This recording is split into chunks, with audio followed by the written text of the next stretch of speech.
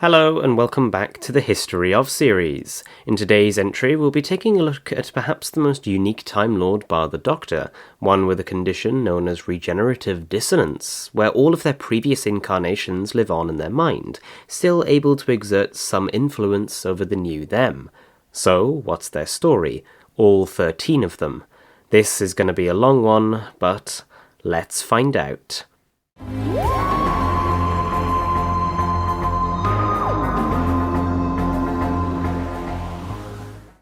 The One, as he later became known, came from a non-ranking family and had little to do with his parents, as it was discouraged in Time Lord society, particularly if one had ambition to rise above their social status. Because of his beginnings, the Time Lords had little interest in him. The One graduated from the Time Lord Academy with a quintuple first across a range of subjects and became an archivist. He looked into the Doctor's story and was fascinated by it. While working at the Panopticon Archive, he found information about a prototype stellar manipulator. He would often spend hours in a Matrix interaction headset going for a wander. When several members of the High Council were away on other business, and a certain number of votes were required for a particular motion to be passed, the One was given a temporary seat. He was shamed by a Pridonian, and realised that his people were belligerent children. He later left Gallifrey and became a criminal, at some point regenerating into the Two, and living on inside his head due to regenerative dissonance. He gave the Doctor a potential source for his degeneration crisis in the Carapallium system, after he offered a way out to the Two. The 11 transferred the mind of the One into his TARDIS to set a trap for the Doctor. Later, when the One was successfully inside the Doctor's TARDIS, while both the 11's and the Doctor's TARDISes were linked, the One gained full control over both, threatening to blow them up into a supernova. The One was willing to sacrifice himself so the other personalities of the 11 would flourish. However, the 6th Doctor transferred the mind of the 9 from a clone into his TARDIS, resulting in the One being stuck with the Doctor and the 9, and becoming annoyed by his future incarnation's rampant kleptomania. Realizing that the 11 was dying due to missing his other selves from his mind, and being unable to tolerate the 9, he had no choice but to make a deal with the Doctor. They landed back on the planet Malaris, where the 1 and the 9 were temporarily transferred into the Doctor's mind, and then sent back to the 11. It was also said that the 1 was either buried or imprisoned in the Sandbox on Earth. The Sandbox was filled with every nightmare known to every species, such as the Devil. His tomb was visited by many well-wishers and protectors, such as the Rocket Men. An investigation into a potential new Omega-level threat led the 3rd and 4th Doctor to the tomb, which was now being opened remotely by Omega, in an attempt to weaponize the One's calm, intelligent, and rational mind. It became clear, however, that the tomb did not contain the level-headed One, but rather his 6th incarnation, a much more crazed, murderous, and brutal personality. The 6 broke out of the Sandbox, which in turn allowed the many entities inside to escape. After regenerating for the first time, the Two found out he suffered from regenerative dissonance. He travelled to Khan to consult the Sisterhood and know if he could avoid his fate. He instead found out that the Doctor would repeatedly thwart his future attempts and be in his way. Determined to stop him before it happened, he tracked him down to Earth, but the Doctor tricked him and took away his TARDIS before leaving him to UNIT. Eventually, the Two managed to escape. He deceived Harry Sullivan, making him think he was a future version of the Doctor, into studying a piece of dysyntherium, a material which could open time corridor. Unknown to him, the War Doctor, having reverted to his 6th body due to an attack from a degeneration weapon, had appeared to investigate his condition. The Doctor resolved the experiment for him and Harry, allowing the Two to travel back to 1963 and attempt to blow up the Doctor's TARDIS with a warp bomb, which would have destroyed it, thus avoiding his future from happening. The Doctor, however, managed to reach his TARDIS and stop him in time by connecting himself to the TARDIS telepathic circuits and confusing the Two into stupor. He then abandoned the Two on a desert planet to give him a chance at redemption. At some point after this, the Two came to serve the Union, a future incarnation of his, who placed him in a cybernetic suit which blocked out the One, but gave the Union complete control over his mind and body. Serving the Union, now under the name of Operator Zero, he helped her maintain her Diamond Array, a space station which captured stars and planets and condensed them into diamonds. When the station was being sabotaged by River Song and Susan Foreman, River was able to free the Two from his cybernetics and let him use her vortex manipulator to escape. He bore no memory of his service as Operator Zero once he was freed, nor of the Union. As the 8 began to regenerate, the 2 told him that he had tried his best, but it was time for a better man to take charge. He also told the 6 to be quiet, telling him that none of them get to be in charge anymore, and to concentrate during the 8's regeneration. When the 11 was imprisoned by the 7th Doctor, and as the freezing process began, the 2 offered to make an arrangement with the Doctor in order to free themselves. The 2 boasted that his nose was particularly good at sniffing out traitors. Within the 11, he exposed Volstrom's betrayal of Padrak as an agent of Alystra. It's unknown how the 2 regenerated into the 3, or even what the 3 did in their lifetime, but we know what they did in their future incarnations' bodies. The 3 urged the 9 to kill Helen Sinclair, but the 9 told him to shut up. Although the 11 offered to the remaining members of the Planning Council the choice of joining Padrak, the 3 decided that he did not want them, and shot them all but Cardinal Alystra with a staser. After finding out Bliss was indeed a companion of the Doctor and that she would not be killed by the 9, the 3 complained about it, and was told that one could not always get what they want. When Nuschevek convinced the 11 to split his mind into clones, the clone containing the 3 scared Constance Clark. He squabbled with the 6 when torturing and eventually killing Varma. The 4 is a similar case to the 3. After the 8th Doctor deactivated the Crucible of Souls, the 4 told the 9 that each incarnation after him was a disappointment. Right after the 9 kidnapped Liv and Helen, the 4 claimed it was his plan to disguise the Clocksmith's TARDIS as a police box to make it look like the Doctor's. He explained to River Song that the companions of the Doctor kidnapped by the 9 could not escape, because the cells of the prison were shifted forwards in time. When the 11 was imprisoned by the 7th Doctor, the 4 claimed that the former got caught by the latter due to overreaching himself, and failing to account for all of the Doctor's moves. During the 11's escape, the 4 said that the execution of the plan was worthy of being part of his own, though he insisted that the 11 didn't have the intellectual rigour to conceive of it himself. The 7 had to remind the 4 that it was he who did the calculations, but the 11 immediately dismissed both of them. When the 9 met the 11, their versions of the 4 spent time arguing with each other over the 9's plan to use their immunity to the Ravenous against the Doctor. When trying to work out the identity of the War Master, Liv believed him to be the 4. According to the 4, he lost so many brain cells when he regenerated into the 5 that he had to stop wearing shoelaces. On Syra, the 5 shouted "Echo!" and broke the Sonomancer's concentration as she was meditating. The 5 commented on Volstrom's new nose shortly after her regeneration. The 5 boasted he was a formidable opponent, who was capable of killing everyone even when he was incarcerated within the 11 when he had been caught by the Time Lords. The 11 rebuked him for giving the game away. The Master claimed that the 6 was responsible for giving up Edovane to the Daleks. The 6 urged the 9 to kill Padrak, Livchenka, the Clocksmith, really the 8th Doctor, and Sister Kantika, really River Song. The 9 said that, for once, they were in agreement. When Livchenka called the 9 a psychopath, he corrected her, saying that he was just a kleptomaniac, and that the psychopath was 3 regenerations back. Angered by River Song's plan of escaping, the 9 considered letting the 6 off the leash. The 6, in turn, found the 9's torture of River, Liv, Helen, Charlie and Bliss to be fun. The 11 threatened to unleash the 6 upon the monk, to which the 6 said that he would be happy to eviscerate them. The 6 said that he wanted to kill Helen Sinclair from the moment that he met her. On Parak, the Decayed Master, when confronted by the 11, wondered which incarnation he was in, dismissing the 6 instantly. At some unknown time, the Time Lords decided that removing one of the 11's personalities would make him more controllable.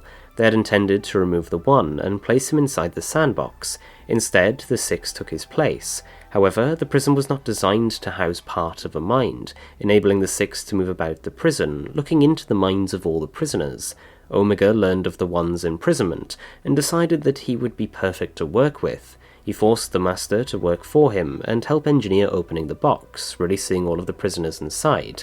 The 6, however, was obsessed with getting a body of his own and killing the Doctor. It took both the 3rd and 4th Doctors, along with 2 versions of Sarah Jane Smith, to stop both Omega and the 6, and seal them both, along with the other prisoners, back into the sandbox.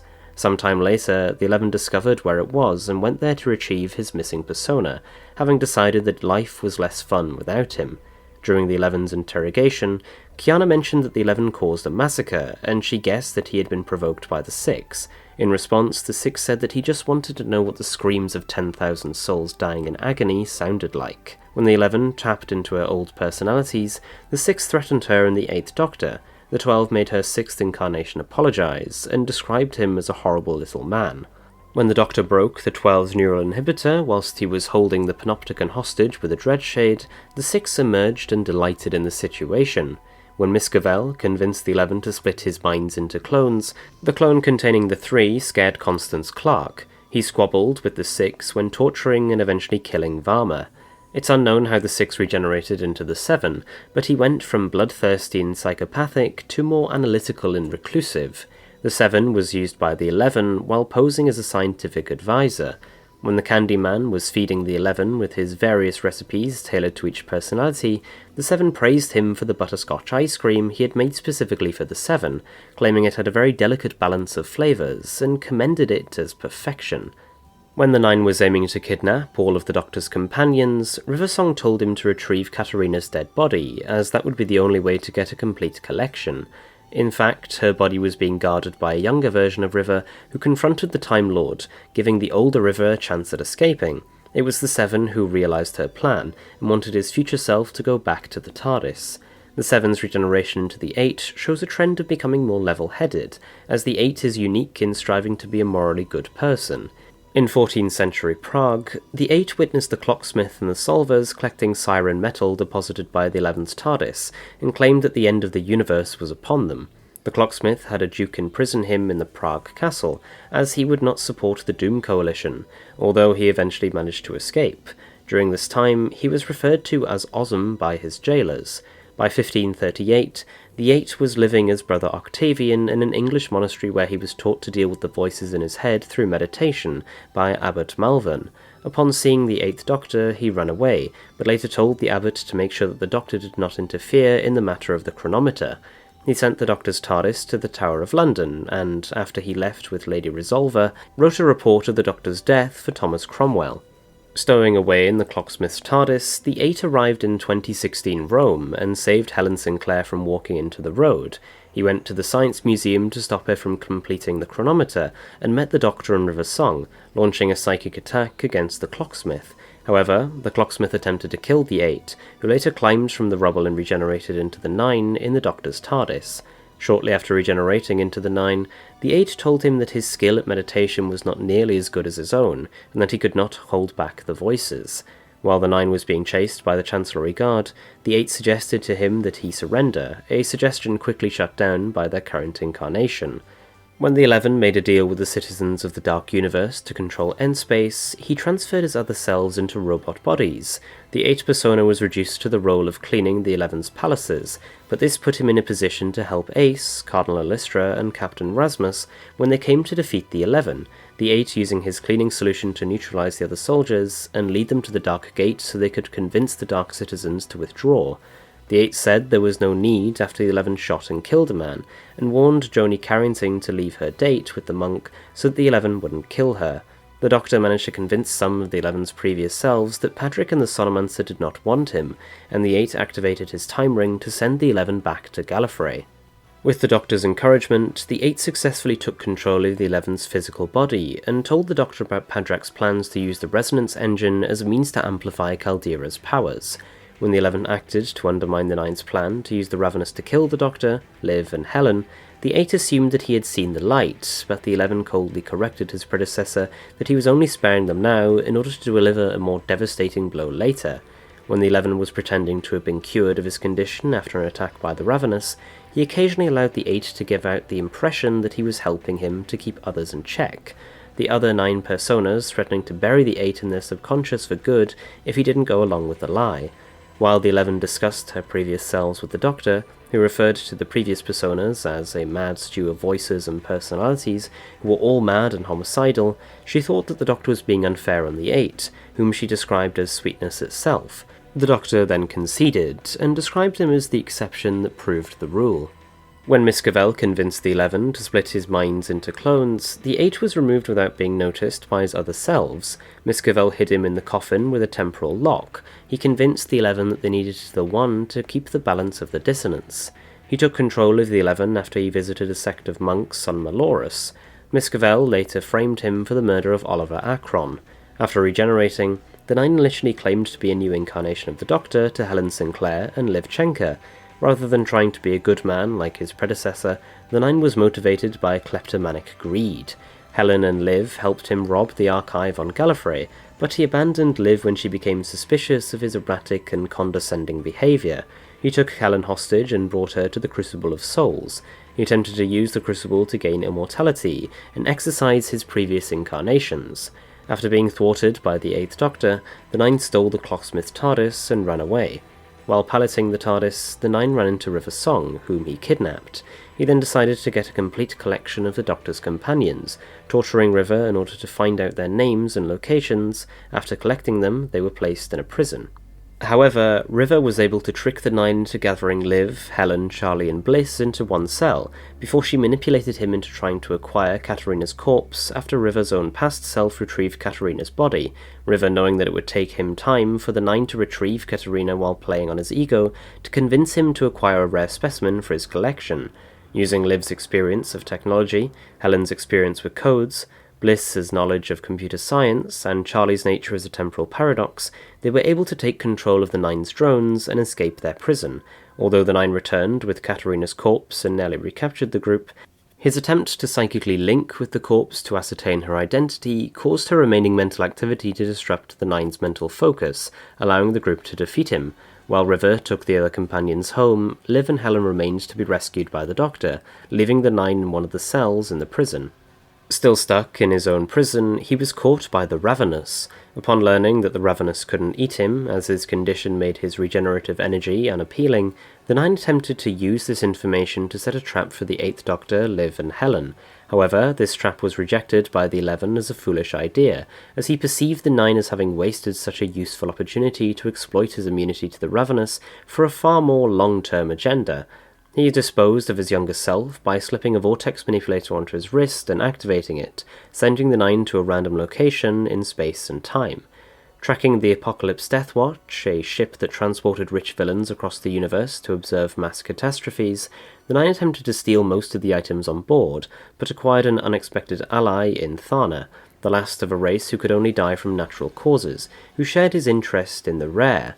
The Nine contemplated making her his partner, but found himself facing a problem when the Death Watch became caught up in a complex temporal rupture caused by the destruction of an ancient TARDIS. The situation became even more complicated for the Nine when he learned that the Fifth Doctor was also on the ship, along with a young woman who claimed to be the Doctor's daughter from the future, being Jenny. The Nine initially claimed to be willing to help the Doctor get the Death Watch out of the temporal rupture, but changed his plans when he realised that he could use the temporal ruptures to create a complex network that would allow him to access all of Earth's history, as the fractured temporal splinters were actually fragments of a destroyed Earth. However, the Doctor was able to sever the temporal links the Nine had used to link his TARDIS to Earth, and then forced the Nine to retreat by threatening to time-ram his vault. Having stolen various advanced technologies from other planets, the Nine's final stolen component was the dimensional control from the Fourth Doctor's TARDIS. With this new weapon, which included a device capable of adjusting the weight of any object, the Nine was not only able to steal the Museum of Modern Art from the planet Luxuriania, but subsequently managed to shrink and steal the planet itself. Fortunately, the Doctor was able to pursue the Nine to Luxuriania and escape the force field the Nine had erected around the planet. When the Nine attempted to steal the semi-telepathic God Crystal, the crystal's mental powers nearly left the Nine in a catatonic state, with the Doctor, Thana, and others trapped in his mind, until the Doctor provoked him into releasing him. Faced with the threat of his collection being destroyed, the Nine agreed to return Luxuriania and the Doctor's dimensional control. However, despite knowing the risks of the crystal's power, his obsession with possessing such a rare item became too great, and the Nine was last seen trying to follow the crystal into its native dimension, even with no knowledge of what it would be like. When he was escaping from Gallifrey, the 11 told the Nine that he did not want him jeopardizing his plans for the sake of his greed, after the Nine expressed his desire to steal the ancient artifacts of the Omega Vault. The Nine blamed Veclin for the loss of his nice things. She said she liked the 11 better when he was the Nine, which pleased him. The 12 used the Nine's expertise to break into a Dalek base. When Miss Cavell convinced the 11 to split his minds into clones, the clone containing the Nine chased her and the Sixth Doctor in his TARDIS. His mind was sucked into the Doctor's TARDIS to trap him. This allowed the One to enact his plan. Without the other selves controlling his urges, he grew stronger. It's unknown how the 9 regenerated into the 10, but we do know that he was famous for his skills in hypnotism. He once killed a squad of Gallifreyan soldiers on Dalgar by hypnotizing the first officer to kill the commander, then the second officer to the first officer, and so on. The 10 let Tesno survive the incident, so that she could tell Gallifrey about what he had done. The 10's hypnotic abilities were strong enough to allow his successor to use a trick young students used to hide from their tutors, which was strong enough to resist detection by the Time Lords to escape custody. The 10 also used a nerve stun gun to render Kiani unconscious when the 11 lunged at her from the table during his interrogation. The 10 was fascinated by his shifting memories when the 11 approached Veclin outside the City Museum. When the 6 urged the 11 to kill a police officer, the 10 suggested that the officer's authority could be useful, so the 10 hypnotized the officer, making him serve and obey the 11 and his other selves without question. It's also unknown how the 10 regenerated into the 11. At some unknown time of the 11's life, the Time Lords decided that removing one of the 11's personalities would make him more controllable. They planned to remove the 1, however the 6 took his place and was removed instead. Sometime later, the 11 discovered the location of the sandbox, and travelled there to retrieve his missing personality, having decided that life was less fun without the 6. The 11 married Miskavel, and helped her destroy her own planet, as revenge against the citizens of Molorus.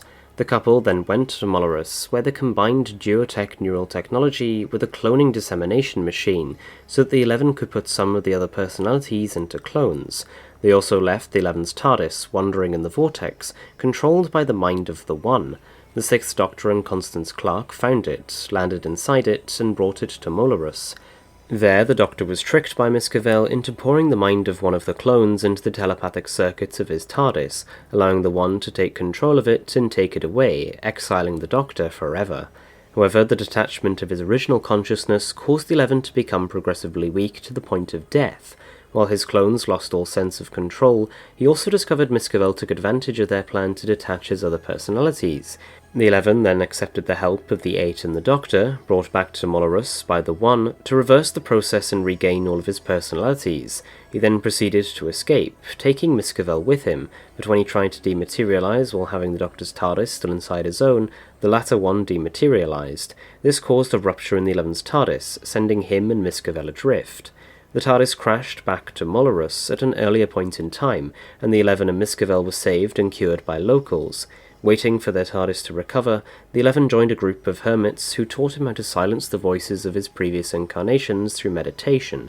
After killing them all, the 11 posed as Father Octavian, wrote a book about his experience, and became a public figure, the leader of a cult. His popularity grew so much that Oliver Akron, the president of the planet, perceived him as a threat and tried to kill him.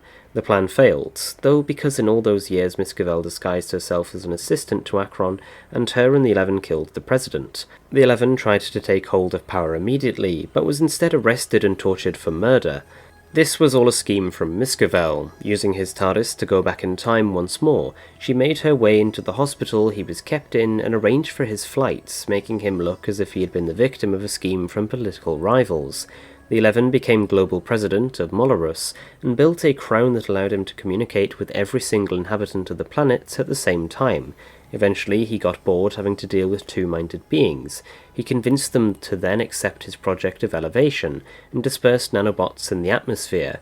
Once activated, they would split the minds of Molorus into 11 minds to make them just like him. He also schemed to inoculate a piece of his mind into their heads through the crown, so he could control them, but to avoid the potentially lethal effects of the psychic feedback, he installed a failsafe.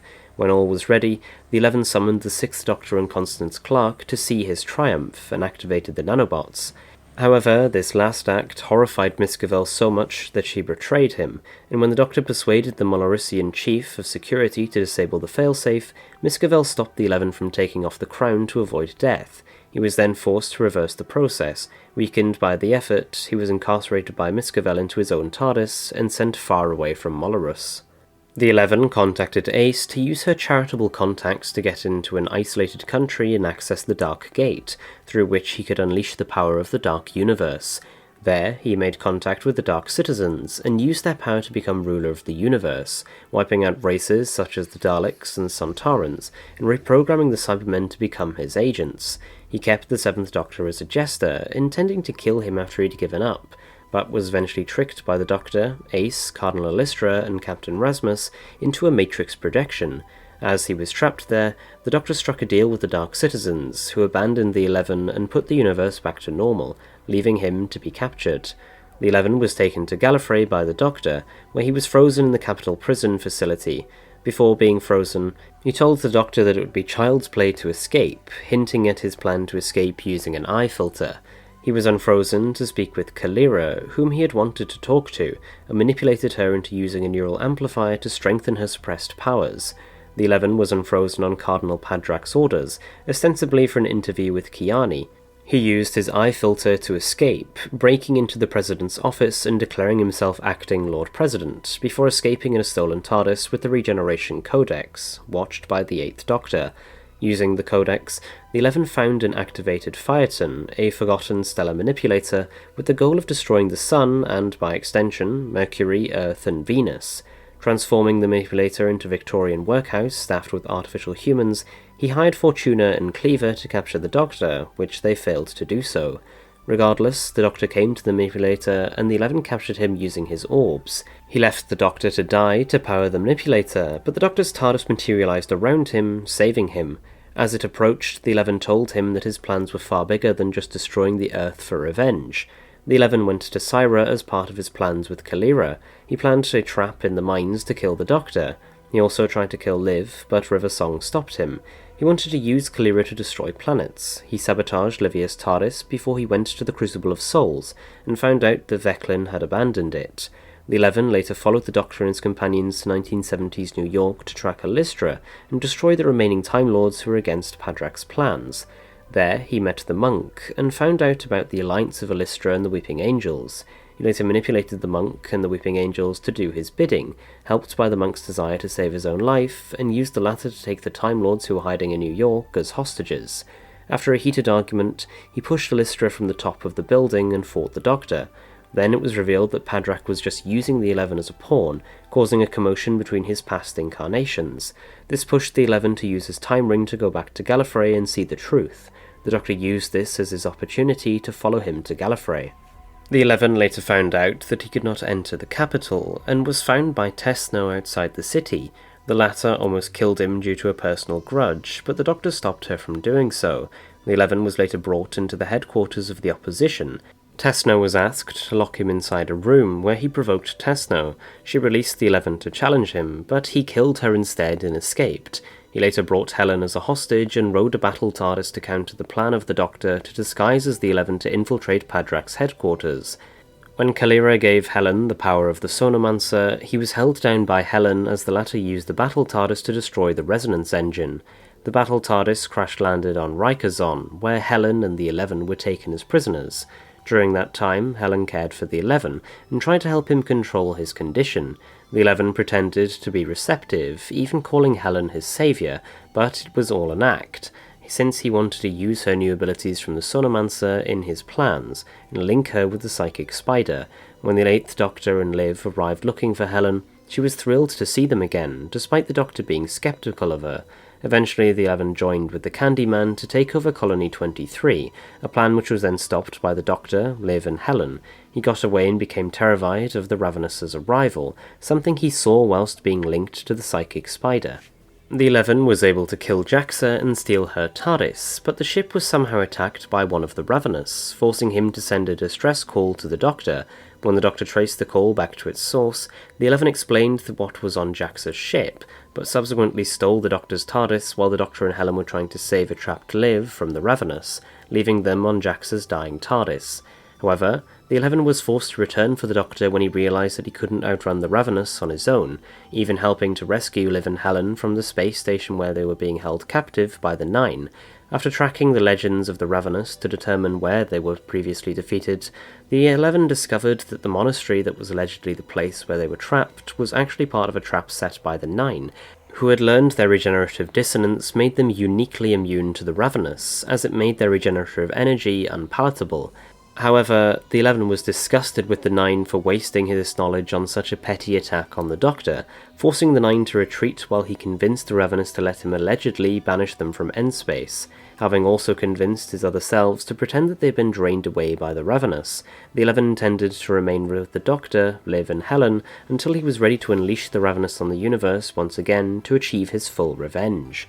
Now allied with the Ravenous, the 11 pretended to go along with the Doctor's plan to take him for medical treatment somewhere quiet. While this plan failed when the planet the Doctor took him to was revealed to be a living being that ate anything on it as part of a complex life cycle, and the 11 inadvertently revealed that his other selves still existed, he was able to affirm his alleged desire to reform by saving the Doctor, Liv and Helen from the planet.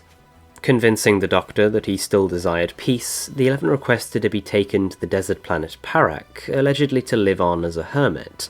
However, his true goal was to find the tomb of the ancient Gallifreyan scientist Artron, where he could retrieve Artron's matrix print, and thus his knowledge of regeneration. The plan was seemingly compromised when it was revealed that the Master, reduced to a burnt state after his failed attempts at stealing body after body, was after the same thing.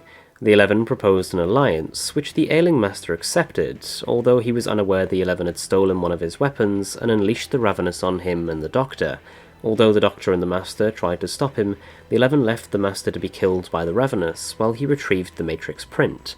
Returning to the Crucible of Souls, while the Ravenous fed on the Time Lord security team assigned to decommission the base, the 11 was able to use Artron's Matrix print to reverse the polarity of the Crucible.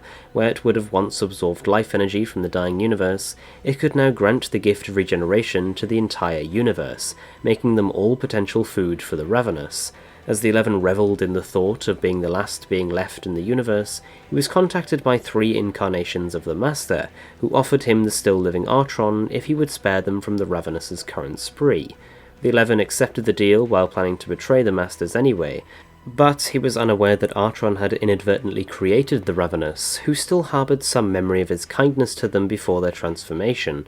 While Liv, who had gained perpetual regeneration as she was on the Crucible when it activated, kept the 11's Ravenous guards occupied, the Doctor was able to help Artron realise that he could restore the Ravenous to their old state, Artron sacrificing his own life to revert the Ravenous back to the Kolstani, while the Masters used the Crucible to take their ability to regenerate away from the rest of the universe. Attempting to escape the Crucible, the 11 retreated to the Master's TARDIS, where he was confronted by the Deathworm Master, the War Master, and Missy. He attempted to propose an alliance between them as the Doctor's 2 greatest enemies, but the Masters all dismissed this idea of him as anything but a twisted mess, and they also scorned the way he tried to pitch the idea of them joining together as the greatest enemies of the Doctor, a title that belonged to the Master alone. Each one of the 3 Masters took turns in shooting him before they kicked him out of the TARDIS. Missy left him her Vortex Manipulator, claiming that they weren't completely heartless. As with the 8, the 11 had to endure scathing criticisms from his previous selves and their taunts. He tried to find Artron's Matrix print to heal himself, but quickly found out that the Master had already stolen it. Resigned to his fate, even if he hated the thought of being pushed into the depths of his own mind like his previous selves, the 11 was left to regenerate into the 12. During his time interacting with UNIT, the 11 chose not to fight the apparently armed Petronella Osgood, as if he regenerated, he and his previous incarnations would be joined by yet another personality. After regenerating, the 12 marked the first female incarnation, who had a much better control over the incarnations within her mind due to a neural inhibitor given to her by the Time Lords, although she also considered herself as possessing the firm hand necessary to keep them all in line, even without the chip. She was assigned on a mission by the High Council to help the 8th Doctor investigate the origins of an Ogron which declared itself to also be the Doctor. During this time, she proved her control over her previous selves by summoning the 9's personality when she and the Doctor needed to break into the Daleks' base. She was captured by the Daleks along with the Doctor and Bliss, and taken to a facility with her memory suppressed. She was given the name of Pi Gamma by Bliss. Without her neural inhibitor, she had to work harder to keep her other incarnations suppressed. She attempted to break out of the facility, with her previous incarnations prodding and goading her, forcing her to develop a means of disrupting the transmat technology using the cybernetic components of another prisoner. After the encounter with the Daleks on Uzmal, when the Time Lords investigated a creature that was meant to be living there, based on the 12's memories, Cardinal Elistra had her put into stasis. Shortly after being put into stasis, the 12 convinced the Dreadshade to release her.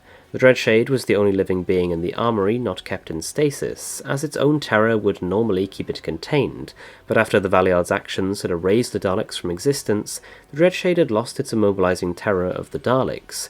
The 12 tried to use it to blackmail the Time Lords into giving her a seat on the High Council, but when she mentioned the Daleks, which she still remembered as she had been in stasis when they were erased, it sparked a new wave of terror from the Dreadshade that caused it to explode.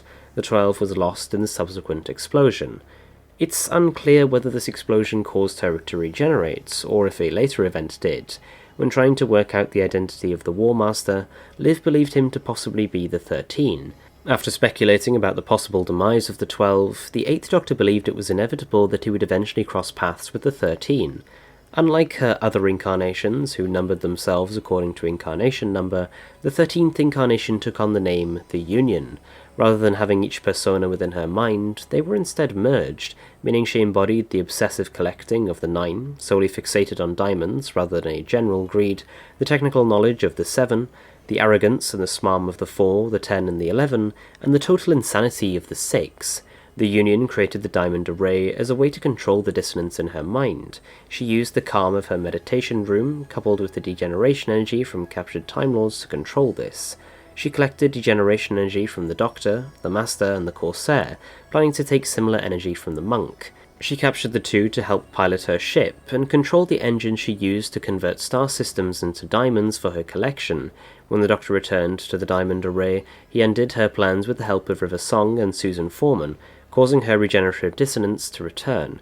Following the end of the Time War, the Ninth Doctor believed all the Time Lords bar himself to be dead, and so told Livchenko that he did not expect to see the Time Lord, once known as the 11, ever again. And that is the story of the Multitude. A Time Lord that held a grudge for so long, every incarnation by one or two turned out to be some level of evil. One of the most inventive creations from Big Finish perhaps ever, and a welcome break from obscure box sets about someone like, I don't know, Lady Christina de Souza? Surely they'd never make a box set about her.